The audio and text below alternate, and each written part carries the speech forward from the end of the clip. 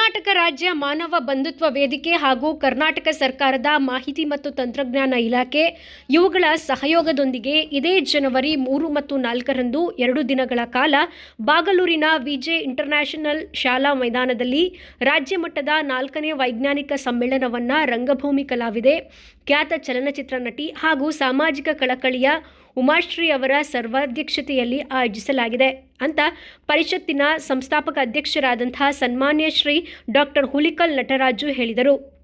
ಇವರು ಇಂದು ಇಲ್ಲಿಗೆ ಸಮೀಪದ ಬಾಗಲೂರಿನ ವಿಜಯ್ ಇಂಟರ್ನ್ಯಾಷನಲ್ ಶಾಲಾ ಮೈದಾನದಲ್ಲಿ ಆಯೋಜಿಸಿದ್ದ ಸುದ್ದಿಗೋಷ್ಠಿಯಲ್ಲಿ ಮಾತನಾಡಿ, ಪರಿಷತ್ತು ಆರಂಭವಾಗಿ ಯಶಸ್ವಿಯಾಗಿ 4 ವರ್ಷಗಳನ್ನು ಕಳೆದಿದ್ದು, ಜಸ್ಟಿಸ್ ನಾಗಮೋಹನ್ ದಾಸ್, ಇಸ್ರೋದ ಮಾಜಿ ಅಧ್ಯಕ್ಷರು ಹಾಗೂ ಖ್ಯಾತ ವಿಜ್ಞಾನಿ ಡಾಕ್ಟರ್ ಎಸ್ ಕಿರಣ್ ಕುಮಾರ್ ಹಾಗೂ ಅನೇಕ ಗಣ್ಯ ಚಿಂತಕರ ಮಾರ್ಗದರ್ಶನದಲ್ಲಿ ರಾಜ್ಯ ಮಟ್ಟದಲ್ಲಿ ಅನೇಕ ಕಾರ್ಯಕ್ರಮಗಳನ್ನು ನಡೆಸುತ್ತಾ ಬರಲಾಗಿದೆ.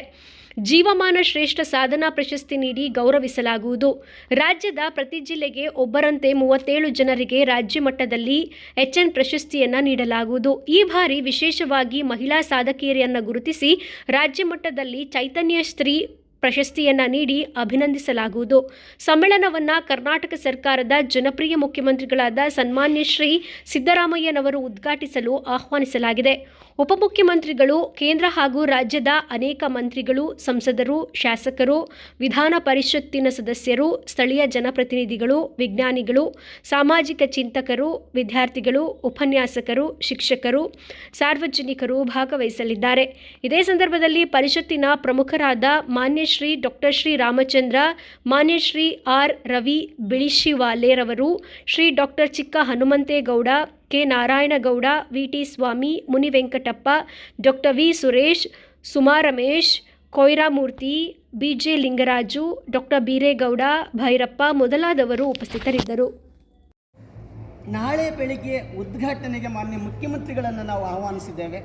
ಅವರು ಬರ್ತೀವಿ ಅಂತ ಒಪ್ಕೊಂಡಿದ್ದಾರೆ. ಇನ್ನೂ ಕೂಡ TP ನಮಗೆ ಬಂದಿಲ್ಲ. ಆದರೂ ಬಲ್ಲ ಮೂಲಗಳ ಪ್ರಕಾರ 2 ದಿನಗಳ ಒಳಗಡೆ ಒಂದು 10 ನಿಮಿಷ ಬಂದು ಹೋಗ್ತಾರೆ ಅಂತ ಹೇಳಿ ಮಾಹಿತಿ ಇದೆ.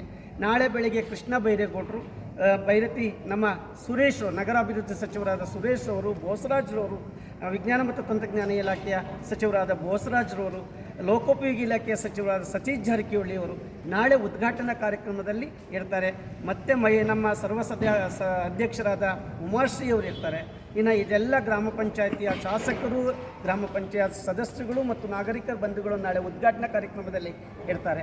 ನಾಡದು ಬೆಳಗ್ಗೆ ವೈಚಾರಿಕ ದಿನಾಚರಣೆ ಕುವೆಂಪುರವರನ್ನು ಕುರಿತು ಮಾತನಾಡ್ತಾರೆ. ಮತ್ತೆ ಎಗೇನ್ ಕೃಷ್ಣ ಬೈರೇಗೌಡರು ಬರ್ತಾರೆ, ಮಹದೇವಪ್ಪನವ್ರು ಬರ್ತಾರೆ, ಪ್ರಿಯಾಂಕ ಖರ್ಗೆ ಬರ್ತಾರೆ.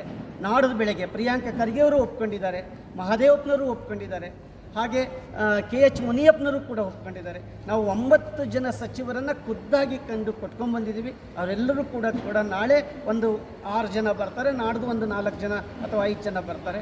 ವೀರಪ್ಪ ಮೊಯ್ಲಿಯವರು ಬರ್ತೀನಿ ಅಂತ ಒಪ್ಕೊಂಡಿದ್ದಾರೆ. ಅವರಿಗೆ ತುರ್ತು ಕಾರ್ಯದಿಂದ ವೀರಪ್ಪ ಮೊಯ್ಲಿಯವರು ಬರೋಕ್ಕಾಗಲ್ಲ ಅಂತಲೂ ಕೂಡ ನಮಗೆ ಮೆಸೇಜ್ ಕೊಟ್ಟಿದ್ದಾರೆ.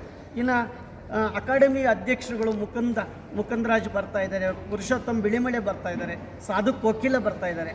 ಅಕಾಡೆಮಿ ಅಧ್ಯಕ್ಷರನ್ನು ಕೂಡ ನಾವು ಇಲ್ಲಿ ಸೇರಿಸ್ಕೊಂಡಿದ್ದೀವಿ. ಮುಖ್ಯವಾಗಿ ಸರ್ಕಾರದಿಂದ ನಮಗೆ ಇಲ್ಲಿವರೆಗೂ ಯಾವುದೇ ರೀತಿಯ ಅನುದಾನ ನಮಗೆ ಬಂದಿಲ್ಲ. ಹೋದ ಸಲ ಸರ್ಕಾರದ ವಿಜ್ಞಾನ ಮತ್ತು ತಂತ್ರಜ್ಞಾನ ಇಲಾಖೆಯಿಂದ 20 ಲಕ್ಷ ರೂಪಾಯಿ ನಮಗೆ ಬಿಡುಗಡೆ ಆಗಿತ್ತು. ಇವತ್ತು ಇಲ್ಲಿವರೆಗೂ ನಮಗೆ ಬಿಡುಗಡೆ ಆಗಿಲ್ಲ.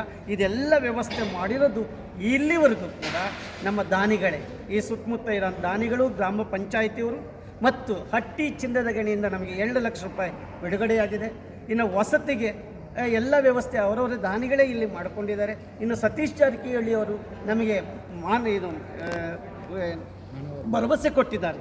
ಮಾನ್ಯ ಲೋಕೋಪಯೋಗಿ ಸಚಿವರಾದ ಸತೀಶ್ ಜಾರಕಿಹೊಳಿ ಅವರು ಪ್ರತಿ ವರ್ಷ ಊಟದ ವ್ಯವಸ್ಥೆಗೆ ಅಥವಾ ಯಾವುದೇ ವ್ಯವಸ್ಥೆಗೆ ನಾನು 25 ಲಕ್ಷ ರೂಪಾಯಿ ಕೊಡ್ತೀನಿ ಅಂತ ಹೇಳಿದರು. ಹೋದ ಸರಿ ಊಟದ ವ್ಯವಸ್ಥೆಯನ್ನು ಅವರು ವಹಿಸ್ಕೊಂಡಿದ್ದರು. ಈ ಸರಿ ಇನ್ನೂ ಕೇಳಿಲ್ಲ.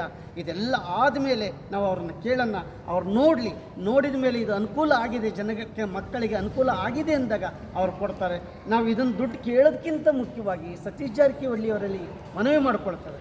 ನಮಗೆ ಬಿಳಿ ಶಿವಾಲೆ ರವಿ ಅವರು 10 ಎಕರೆ ಜಮೀನನ್ನು ಉಚಿತವಾಗಿ ಪರಿಷತ್ತಿಗೆ ಬರ್ಕೊಡ್ತಾ ಇದ್ದಾರೆ. ಅಲ್ಲಿ 5 ಕೋಟಿ ಬಿಡುಗಡೆ ಮಾಡಿದ್ದಾರೆ ಸತೀಶ್ ಜಾರಕಿಹೊಳಿ ಅವರು. ಇನ್ನು 50 ಕೋಟಿ ಬಿಡುಗಡೆ ಮಾಡಬೇಕಾಗಿದೆ.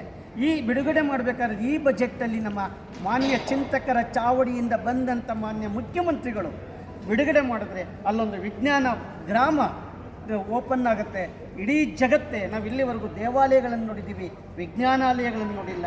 ಆ ವಿಜ್ಞಾನಾಲಯಗಳ ಕಾನ್ಸೆಪ್ಟ್ ಇಟ್ಕೊಂಡು ನಾವು ಮುಂದುವರಿತಾ ಇದ್ದೀವಿ. ನಮ್ಮ ಇದೆಲ್ಲರ ಸಮ್ಮೇಳನದ ಉದ್ದೇಶನೇ ವಿಜ್ಞಾನ ಗ್ರಾಮವನ್ನು ಮಾಡಲಿಕ್ಕೋಸ್ಕರ. ಅದಕ್ಕೆ ಸರ್ಕಾರ ಈ ಕಡೆ ಈ ಬಜೆಟಲ್ಲಿ ಬಿಡುಗಡೆ ಮಾಡಿದರೆ ಇಡೀ ರಾಜ್ಯದ ದೇಶದ ಮಕ್ಕಳು ಅಲ್ಲಿ ಸಂಶೋಧನೆ ಮಾಡಲಿಕ್ಕೆ ಸಾಧ್ಯ ಆಗುತ್ತೆ.